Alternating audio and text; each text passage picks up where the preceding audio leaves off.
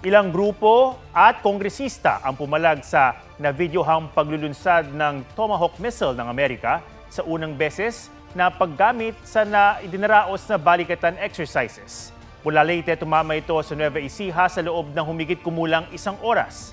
May report si Chino Gaston. Nagliwanag kaninang pasado hating gabi sa Tacloban Airport sa Leyte.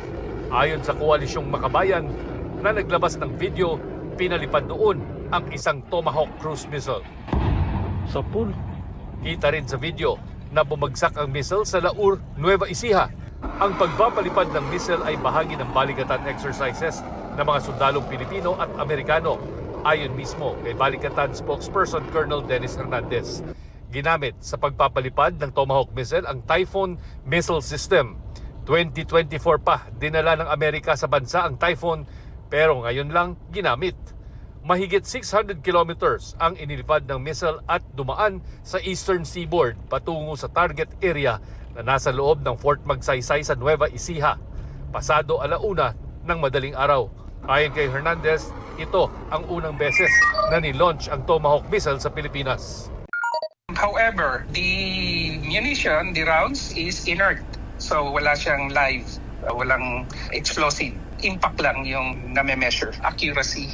Isa ang Tomahawk missile sa mga makabagong sandatang gustong bilhin ng AFP.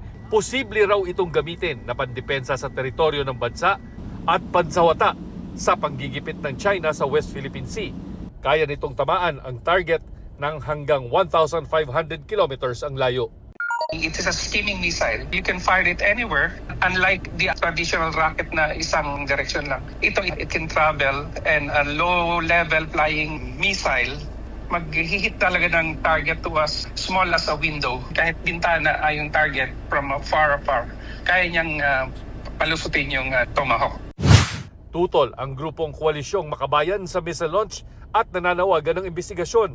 Anila, ang Pilipinas ay hindi playground o palaruan para sa mga missile at bomba ng Amerika na gagamitin umano para pumatay ng mga sibilyan sa ibang bahagi ng mundo.